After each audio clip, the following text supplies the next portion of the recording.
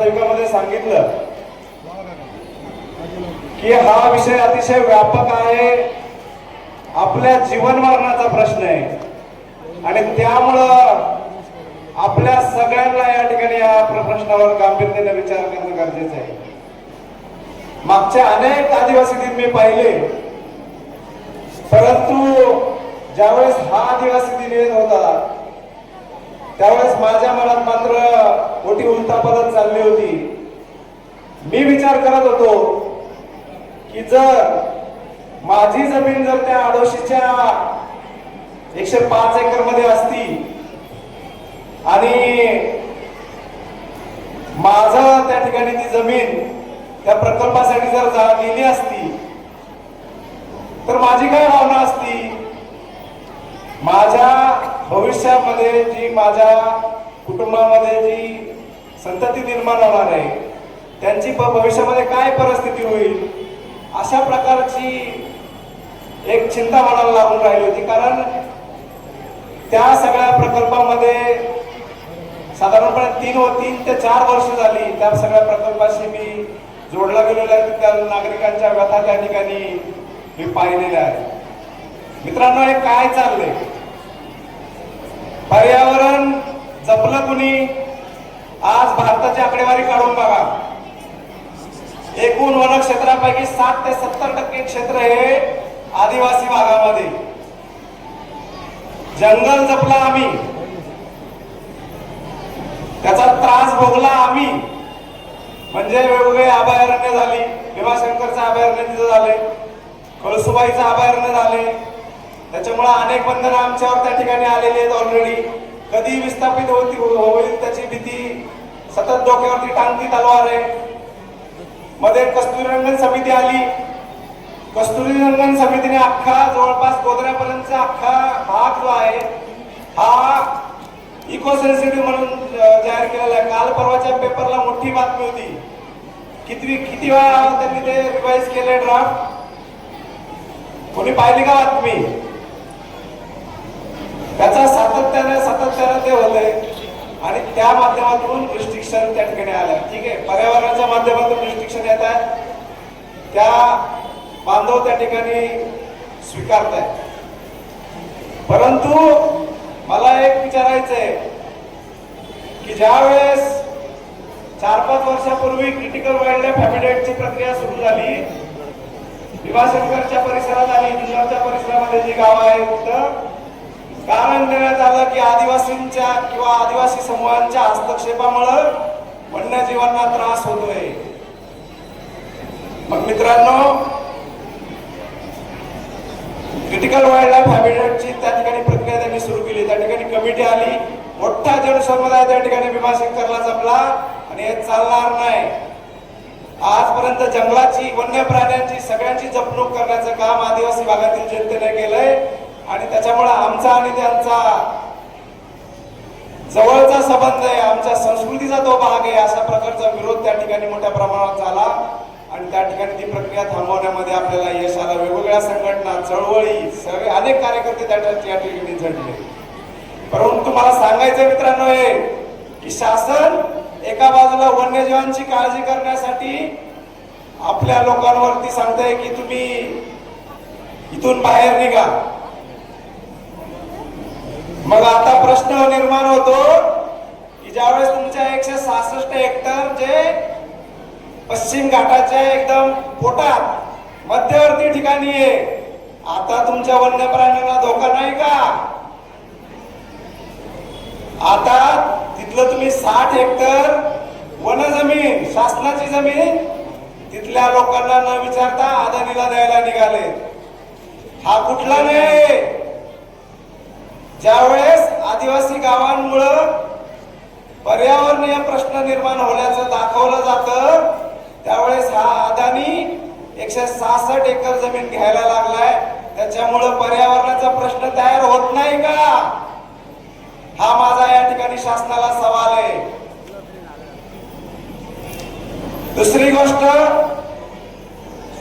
पुन्हा ज्यावेळेस माणिकडोचं विस्थापन झालं, माणिकडो धरणाच्या वेळेस ज्यावेळेस जमिनी घेतल्या त्यावेळेस भूसंपादन कायद्याची अक्षरशः राखंबोळी केली. कितीतरी लोकांना 2,500 रुपये एकरी भाव देण्यात आला आणि त्याच्यावरती त्यांची बळवण करण्यात आली. अनेक लोकांना जमिनी मिळाल्या नाही, अनेक लोकांना घराचा मोबदला मिळाला नाही, अनेकांचं पुनर्वसन रखडलेले. आजही डिंब्याच्या सारख्या पुनर्वसनाची जर परिस्थिती बघितली तर अतिशय वाईट परिस्थिती. आणि त्याच्यामुळे हे सगळे अनुभव असताना अशा प्रकारचा एक वेगळा प्रकल्प ज्याची आम्हाला काहीच गरज नाही, आमच्यावरती का लादला जातोय हा आमचा प्रश्न आहे.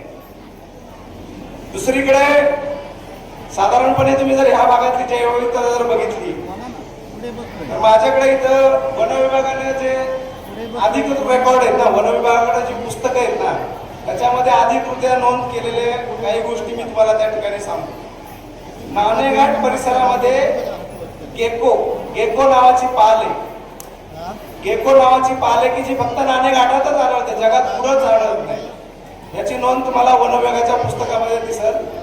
आणि ही सजीव सृष्टीसाठी अतिशय एंडेंजर झोन मध्ये असलेली कॅटेगरीमध्ये असलेली पाल आपली त्या ठिकाणी आहे, जिचा या अदानीच्या अहवालामध्ये कुठेही उल्लेख नाही.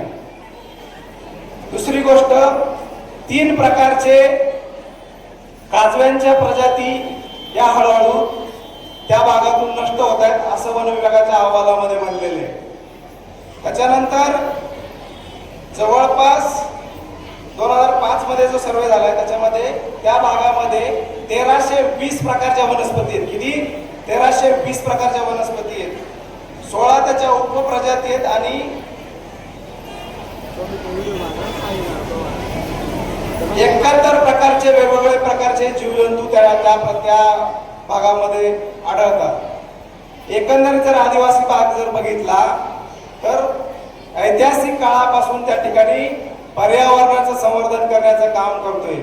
तुम्ही जर बघितलं तर जवळपास 40 पेक्षा जास्त देवराया आदिवासी भागामध्ये आहे. तळेरान असेल, घाडगर असेल, कोपऱ्या असेल, इकडं आंबे हातवीज असेल, पाहिजे तेवढ्या देवराया त्या ठिकाणी आहेत. आणि त्या ठिकाणी आजही माणूस झाडाच्या पानाला सुद्धा शिवत नाही. अशा प्रकारचं जर आम्ही पर्यावरणाचं संवर्धन करतोय आणि त्या ठिकाणी जैवविविधता चांगल्या प्रकारची आहे, मग हा अशा प्रकारचा प्रकल्प आमच्यावरती का लादला जातोय? म्हणजे शासनाकडून तो टप्पीपणा होतोय. ज्यावेळेस पर्यावरणाचा प्रश्न होतो त्यावेळेस आपल्याला म्हणतात नाही नाही तुमच्यामुळे धोका आहे, आणि अदानी आल्यावर त्याला म्हणतात या अजिबात धोका नाही, तुमच्यासाठी 166 एकर देतोय आम्ही. हा दुटप्पीपणा तुम्ही नीट समजून घ्या आणि याला तीव्र विरोध केला पाहिजे. करणार का विरोध करणार का? इकडे आवाज येत नाही. अदानीला विरोध करणार का? मोठ्याने अजून. अदानी हटाओ, अदानी हटाओ, सह्याद्री बचाओ, अदानी हटाओ, सह्याद्री बचाओ. मित्रांनो, आज अदानी सुपात आहे, म्हणजे आडोशी सुपात आहे. उद्या तुम्हाला वाटत असेल की ठीक आहे आडोशीवाल्यांची जमीन जाईल, आमचं काय, आमची जमीन नाही जाणार.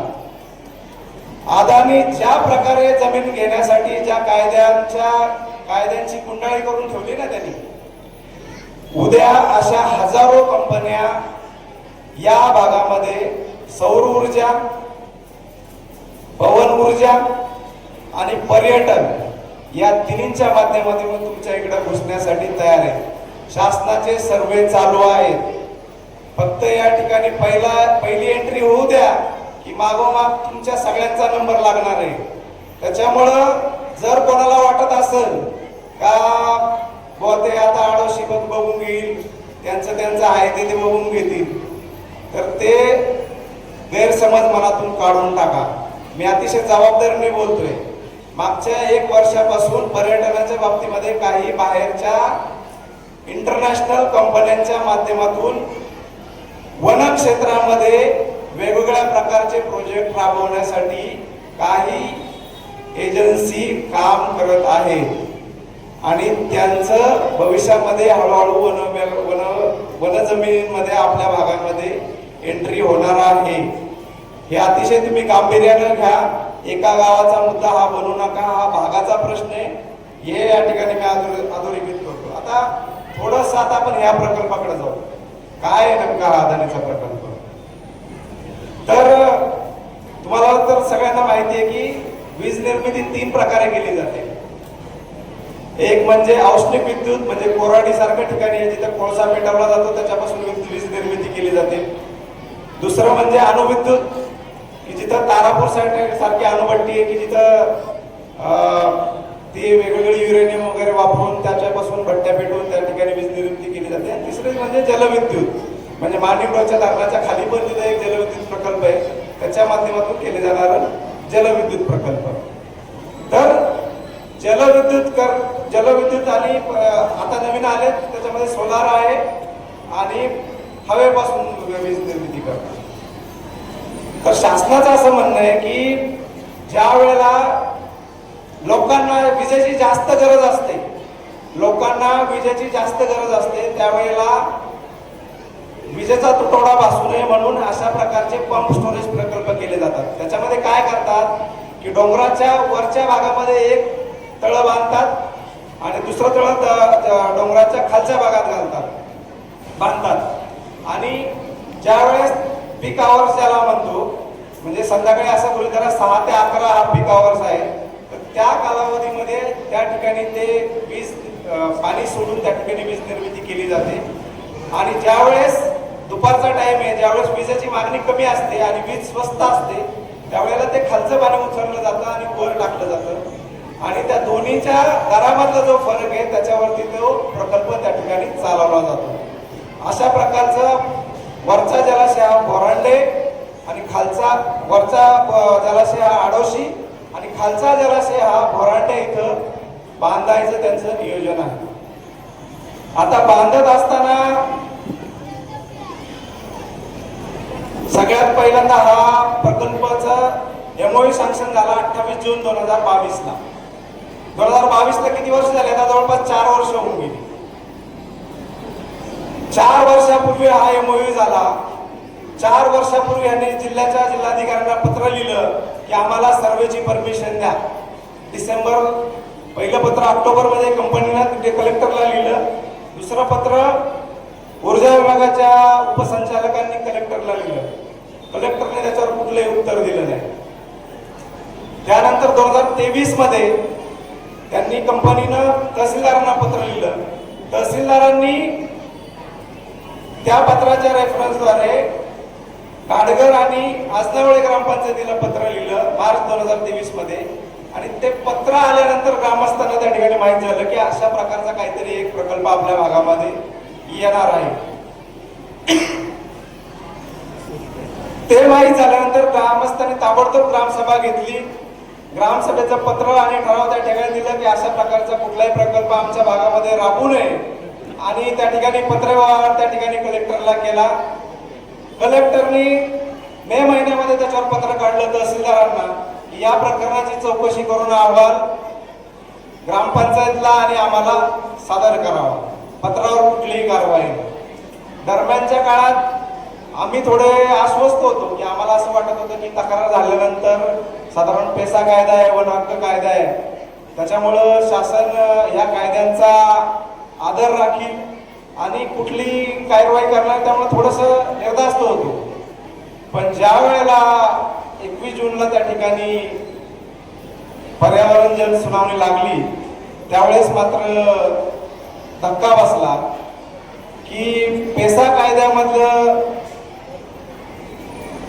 कलम 46(1) 46(2) मी आपल्यासमोर वाचून दाखवतो. कलम 46 ग्रामसभेची कार्यक्रमांना मान्यता. पंचायतीने गावासाठीच्या योजना व प्रकल्पाकरिता सर्व ग्रामसभांनी मान्यता मिळवणे तिच्यावर बंधनकारक राहील. आणि 2 गावामध्ये कोणताही कार्यक्रम किंवा प्रकल्प सुरू करण्यापूर्वी तो ग्रामसभेपुढे तिच्या मान्यतेसाठी सादर करण्यात येईल. अशा प्रकारची स्पष्ट तरतूद त्या ठिकाणी दिलेली. दुसरी गोष्ट कलम 26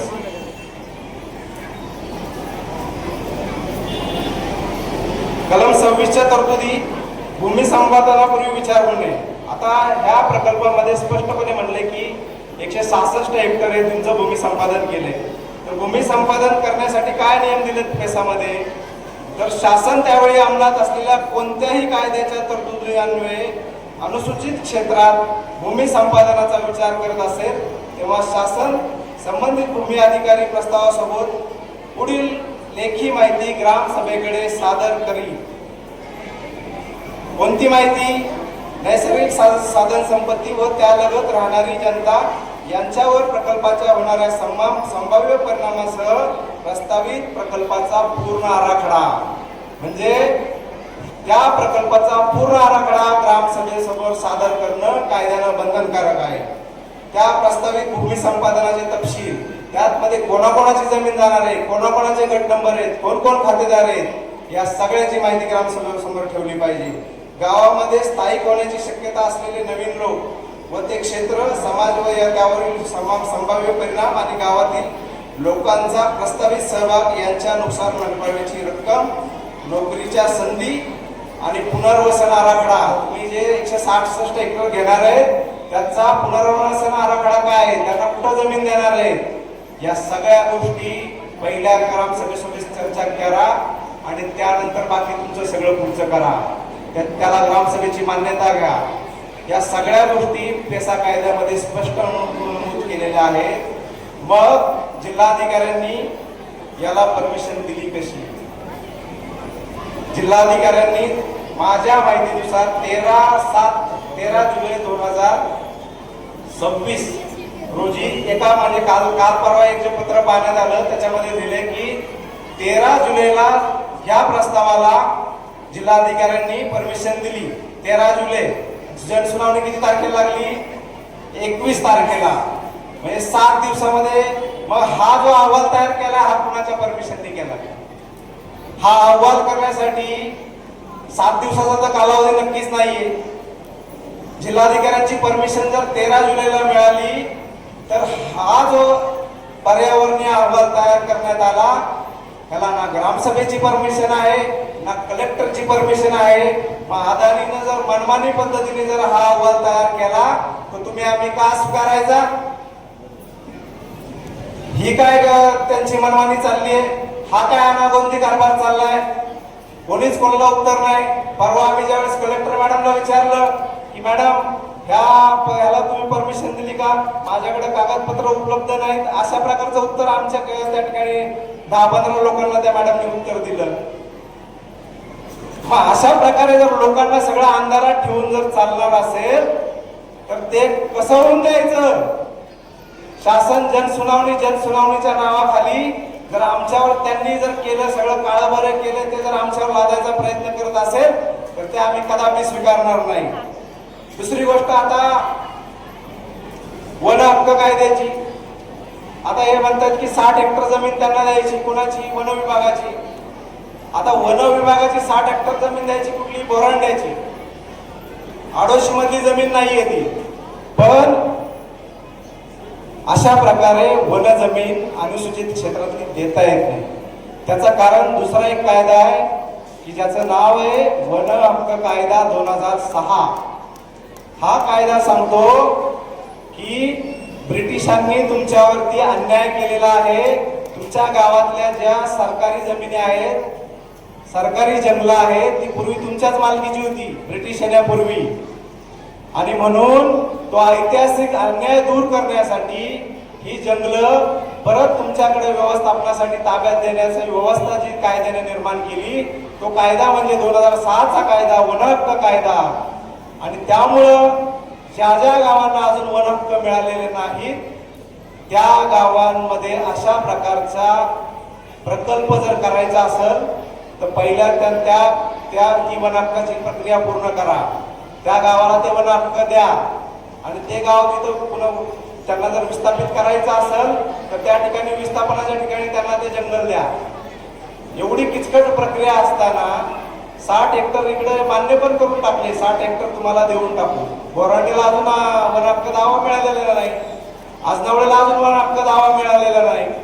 मग अशा परिस्थितीमध्ये जर ही सगळी वनहक्काची प्रक्रिया पूर्ण झालेली नाही, कायद्यानं त्या ठिकाणी तुम्हाला सांगितलेले की ग्रामसभेची तुम्ही एनओसी घ्या की तुम्हाला वनहक्क मिळालाय किंवा नाही, अशा प्रकारचं सगळी कायदेशीर बंधनं असताना जिल्हाधिकारी यांनी अनुसूचित क्षेत्राचं जे काही तरतुदी आहे त्याचं पालन करत असताना ते नियम धाब्यावर बसवून अदानी सारख्या खाजगी कंपनीची बाजू घेत आहेत, यापेक्षा मोठं दुर्दैव नाही.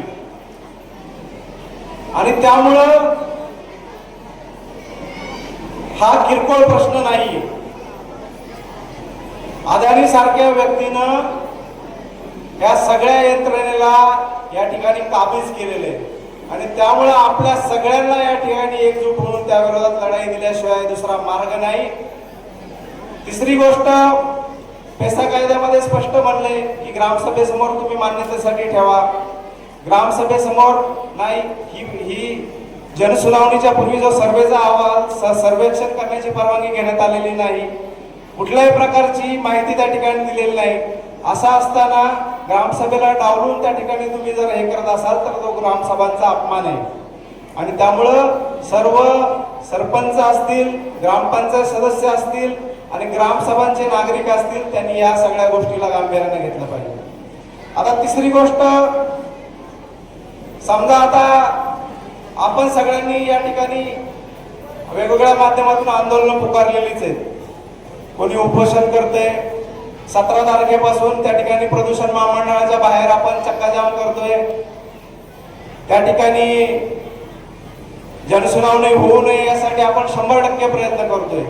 परंतु जनसुनावणी समजा तरी कायदेशीर बडगे वापरून काय 144 लावतील, काय पदाधिकाऱ्यांना उचलण्याचं काम करतील, असं काही करण्याचा प्रयत्न करतील किंवा फक्त एवढीच लोक या तेवढीच लोक या अशा प्रकारची दंडुकशाही करूनही करण्याचा प्रयत्न करतील. कारण यापूर्वी अशा प्रकार झालेले. त्याच्यामुळं आपण सगळ्या बाजूने सावध असलं पाहिजे. तर ह्या अहवालामध्ये काय केलंय, आता अहवालाची गोष्ट तुम्हाला थोडीशी सांगतो. आता हा अहवाल पर्यावरणीय जनसुनावणी कशासाठी असते, तर हा प्रकल्प आल्यामुळं पर्यावरणाची काय हानी होणार आहे याच्यासाठी एक काही तज्ञ माणसं नेमून त्यांनी त्या ठिकाणी अभ्यास करणं गरजेचं असतं. आता ही तज्ञ माणसं 25 गावामध्ये फिरली पण कोणालाच दिसली नाही. कधी त्यांनी कुठला सर्वे केला, कशा पद्धतीने अभ्यास केला याची कुठलीही माहिती कोणालाच नाही. साधा ग्रामपंचायतला एखाद्या ग्रामसभेला एखादं पत्र तरी द्यायला पाहिजे होतं, ते सुद्धा दिलेलं नाही.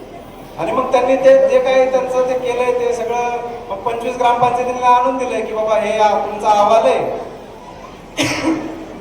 आता मला तुम्ही सांगा की हे जे नाणेघाट जो जिथं आता हा प्रकल्प होतोय, हा भीमाशंकर अभयारण्य आणि कळसुबाई अभयारण्याच्या मधला प्रदेश आहे.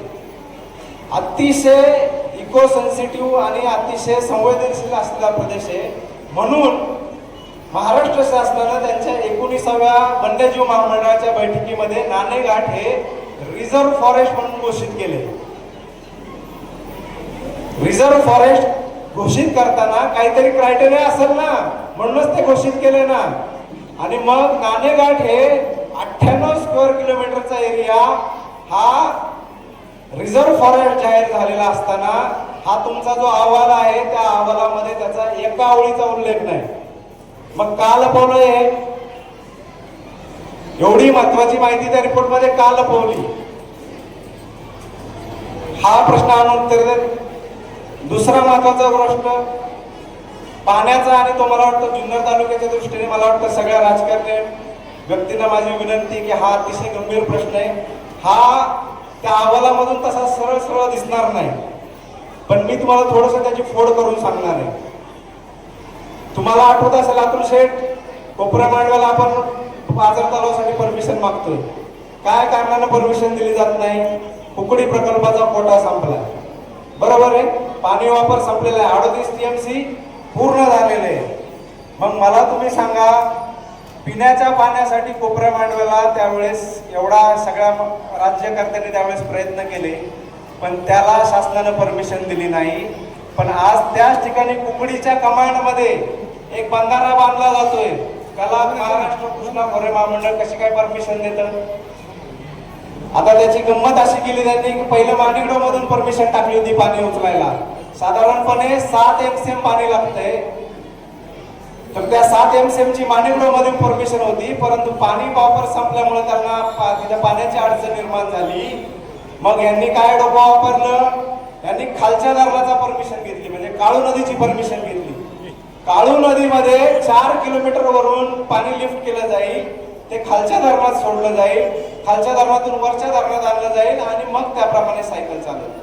आता मला तुम्ही सांगा, तो वरचा जो बंधारा बांधलाय त्यात पावसाचं पाणी साचणार का नाही? साचणार ना. एवढा धोधो पाऊस पडतो राणेघाटात, ते धरण 8-7 MCM चं पावसाळ्यात किती वेळा भरणार? किमान 4 ते 5 वेळा भरणार. 7 चोक 28, 1 TMC, म्हणजे 1 TMC पाणी त्या धरणामध्ये अडवलं जाणार. 1 TMC पाणी तुमचं माणिकडो मध्ये खाली कमी येणार.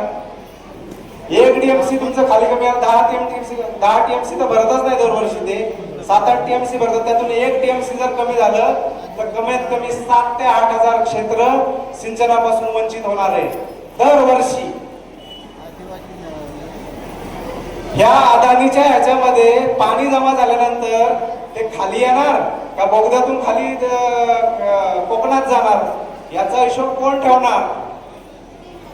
त्याच्यामुळं पूर्व पट्ट्यातील जे शेतकरी कुकडी लाभक क्षेत्रात येतात त्यांच्या दृष्टीनं सुद्धा हा महत्वाचा प्रश्न आहे. जुन्नर नगरपालिका की ज्याचं पिण्याचं पाणी याच्यावर अवलंबून आहे, त्यांच्या दृष्टीने पण हा तितकाच गंभीर प्रश्न आहे. पाण्याचं एक प्रकारे प्रायव्हेटायझेशन होते, पाण्याचं खाजगीकरण होते आणि त्या माध्यमातून आंतरखोरे ट्रान्सफर झाले. असं इंटरबेसिन ट्रान्सफर करता येत नाही. एका खोऱ्यातून पाणी दुसऱ्या खोऱ्यात नेता येत नाही. त्यासाठी फार मोठी प्रशासकीय पद्धत आहे. ती सगळी पद्धत केली आहे का, त्याचा कुठलाही उल्लेख अहवालात नाही. आंतरखोरे तुम्ही पाण्याचा एका खोऱ्यातून, कोकण खोऱ्यातून पाणी तुम्ही कृष्णा खोऱ्यात आणताय. उद्या तुम्ही मागणी करा अतुल शेठ की तुम्ही अदानीला जर परमिशन देताय तर आमचं कुकडी प्रकल्प दरवर्षी भरत नाही, द्या आम्हाला पण खालून काढून पाणी उचलायला परमिशन. शेतकऱ्यांचं तरी कल्याण होते ना. अदानीला परमिशन मिळते, मग आम्हाला का नाही देत? मला वाटतं अशा प्रकारे हा अतिशय गंभीर प्रश्न आहे, याच्याकडे आपण लक्ष दिलं पाहिजे. दुसरी गोष्ट, 60 हेक्टरची जमीन दिली आहे. 60 हेक्टर जमीन देण्यासाठी त्याचं व्हॅल्युएशन काढले, तर व्हॅल्युएशनची जर तुम्ही रक्कम जर बघितली तर फॉरेस्टची जमीन 25,000 रुपये गुंठ्याने त्या ठिकाणी देण्याचा घाट घातलाय. 25,000 रुपये गुंठ्याने एवढ्या जैवविविधतेने घनता चांगली असलेल्या आणि वन्यजीव जीव प्राणी असलेल्या जमिनीचा भाव त्या ठिकाणी 25,000 रुपये गुंठा त्या ठिकाणी निघतोय. मला वाटतं हे अतिशय गंभीर आहे आणि ह्या सगळ्या अहवालामध्ये प्रचंड त्रुटी आहेत. आता आपल्याला या सगळ्या गोष्टीमध्ये काय करायचंय? मला असं वाटतंय की सगळं राजकारण, सगळे मतभेद, सगळ्या संघटना, सगळं तुम्ही बाजूला ठेवा. कृपया ही आदिवासींच्या अस्तित्वाची लढाई. एकदा जर पेसा कायदा आणि वन हक्क कायद्याला जर डावलून प्रशासन आणि या अदानीनं जर इथं जमिनी घेण्यात यश मिळवलं तर असे एका मागोमाग अनेक प्रकल्प येतील आणि उद्या कुठल्या गावावरती ती वेळ येईल हे सांगू शकत नाही. त्याच्यामुळे सगळ्यांनी एकजुटीने याचा विरोध करा आणि हे आले ते वेशीच्या बाहेरच थांबवा. अन्यथा एक एक गाव चिरडायला त्यांना एवढा मोठा तो कोट्यावधी माणूस आहे. तुम्ही भारतभर जर त्याची प्रॉपर्टी जर मागच्या काही 8-10 वर्षामध्ये बघितली असेल तर एक एक प्रकल्प तो हस्तगत करत चाललाय आणि असंच करतोय. काय करतो की थोडस म्हणजे आता जेवढे 40 प्रकल्प 50 प्रकल्प जे आहेत ना, ही कमी जमीन, तिथले कमीत गरीब लोक की ज्यांची संघटन शक्ती नाही, लढायची ताकद नाही, अशा लोकांचे त्या ठिकाणी त्या जमिनी वर डोळा ठेवून त्या ठिकाणी हे केलं जातं आणि त्यांना चिरडून टाकून, त्यांना पैशाचे आमिष दाखवून, त्या भागातल्या पुढाऱ्यांना पैसे देऊन या ठिकाणी सगळं मॅनेज केलं जातं. आणि त्यामुळं आपण सर्वजण जनतेने सजग राहिलं पाहिजे, लढा दिला पाहिजे. या सगळ्या गोष्टीला कंबर कसून विरोध केला पाहिजे. प्रत्येकाला समजा काहींना रस्त्यावरती नाही उतरता येत, त्यांनी आर्थिक मदत करा.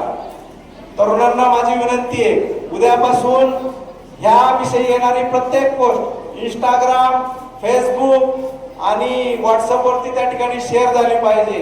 इतका याचा खर माजला पाहिजे की शासनाला प्रश्न पडला पाहिजे की बाबा इथली जनता आता पेटून उठलेली आहे आणि आता आपण हा इथून माघार घेण्याशिवाय गत्यंतर नाही. त्याच्यामुळे 21 तारखेपर्यंत सगळ्यांनी या ठिकाणी या प्रकरणाला आणि या प्रकल्पाला या ठिकाणी कडाडून विरोध केला पाहिजे. 17 तारखेपासून जे आंदोलन पुण्याला सुरू होणार आहे, आपल्या नोकरदार बांधवांना त्या ठिकाणी सांगा की प्रदूषण महामंडळ जे वाकडेवाडीला त्या ठिकाणी ऑफिस आहे, त्या ऑफिसच्या बाहेर त्या ठिकाणी बेमुदत ठिया देणार आहोत.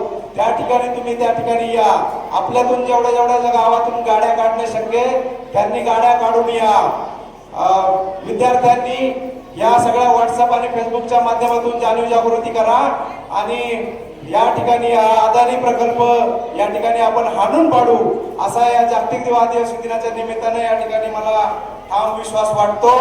तुम्ही सर्वजण या लढाईत प्रचंड ताकदीने उतराल आणि अदानीला या प्रकल्पातून माघार घ्यावी लागेल अशा प्रकारची आशा व्यक्त करतो. आणि शेवट आपण या ठिकाणी घोषणा देऊ, अदानी हटाओ, सह्याद्री बचाओ. अदानी हटाओ, सह्याद्री बचाओ. आपण आवाज येत नाही, मोठ्याने घोषणा द्या. अदानी हटाओ, सह्याद्री बचाओ. अदानी हटाओ, सह्याद्री बचाओ. जय आदिवासी. धन्यवाद.